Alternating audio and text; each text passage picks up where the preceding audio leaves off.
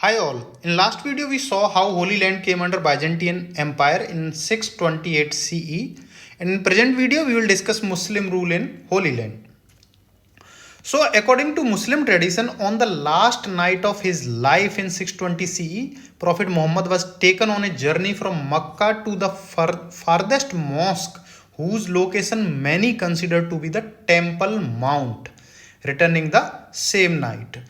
So in about 635 CE, an Arab army led by Muawiyah I conquered Palestine and the entire Levant, making it a province of the new Medina-based Arab Empire. The Byzantine ban on Jews living in Jerusalem came to an end, and Palestine gradually came to be dominated politically and socially by Muslims. Though the dominant religion of the country down to the Crusades may still have been Christian.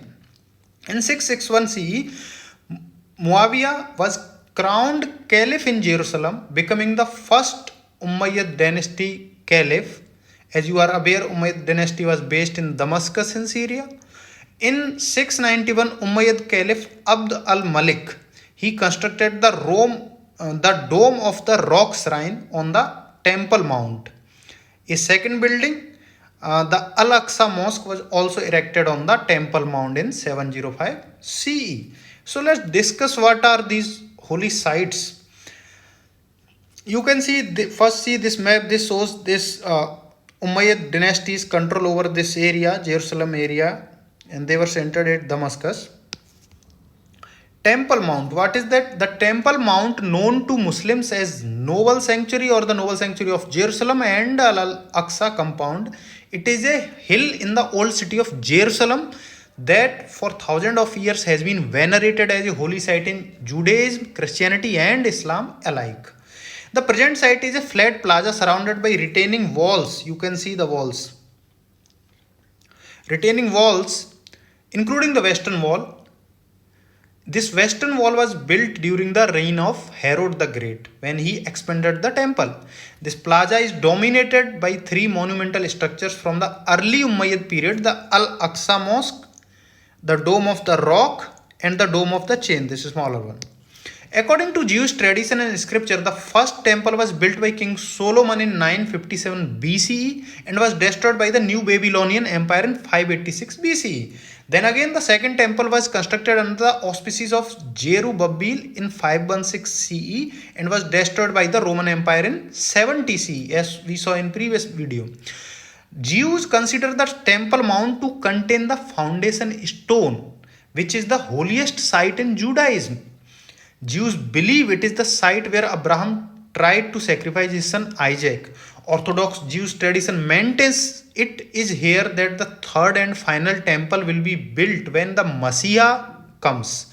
The location is the holiest site in Judaism and is the place Jews turn towards during prayer.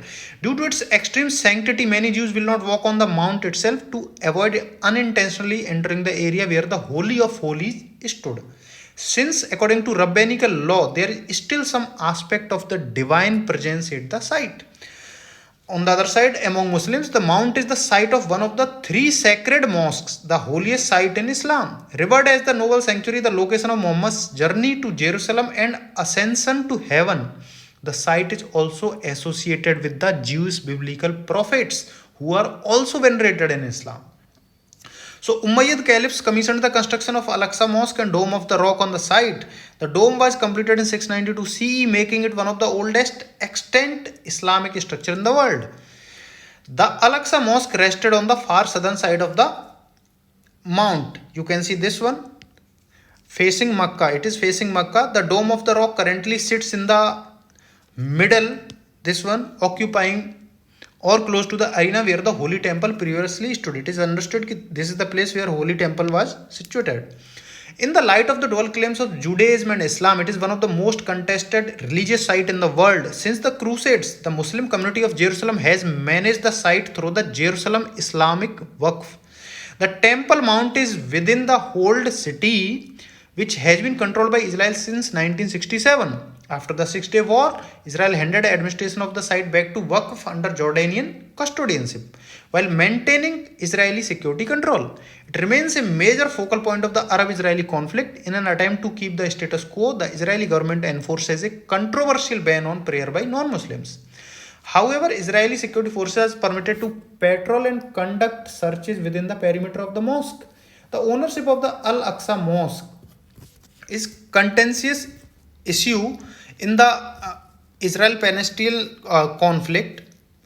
Israel claims sovereignty over the mosque along with all the Temple Mount, but Palestinians hold the custodianship of the site through the Islamic Waqf. During the negotiations at the 2000 Camp David summit, Palestinians demanded complete ownership of the mosque and other Islamic holy sites in East Jerusalem. Muslim residents of Israel and Palestine living in East Jerusalem are normally allowed to enter the Temple Mount and pray at the Al-Aqsa Mosque without restrictions. But due to security measures, the Israeli government occasionally prevents certain groups of Muslims from reaching Al-Aqsa by blocking the entrance to the complex, and the restrictions vary time to time. Sometimes it is enforced on Friday prayers, other times it is on extended period of time. Restrictions are most severe for Gazans, then followed by the restriction on those from West Bank. Until 2000, non-Muslim visitors could enter in Al-Aqsa Mosque by getting a ticket from the Waqf, but that procedure had been ended after the second Intifada began. I will explain what is Intifada. So this is about Al-Aqsa Mosque and Temple Mount. This is Western Wall. This is a holy place for Jews. They think this is the wall of that second temple, remaining wall of the second temple. Then this is Dome of the Rock. You can see this is Dome of the Chain, that is smaller one. These are holy sites for Muslims. Then a new city, Ramallah, was built as the Muslim capital of Jund Philastin. Jund Philastin was the name of the province at that time. During the 8th century, the Caliph Umar II introduced a law requiring Jews and Christians to wear identifying clothing. Jews were required to wear yellow stars around their neck and on their heads. Christians had to wear blue. Non-Muslims were banned from traveling unless they could show a tax receipt. There were also bans on construction of new places of worship and repair of existing places of worship. The system of requiring Jews to wear yellow stars was subsequently adopted also in parts of Christian Europe.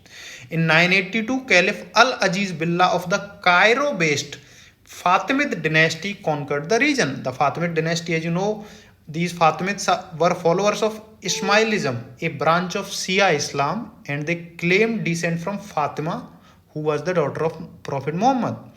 Around the year 1010, the Church of Holy Sepulchre was destroyed by Fatimid Caliph Al-Hakim, who relented 10 years later and paid for it to be rebuilt.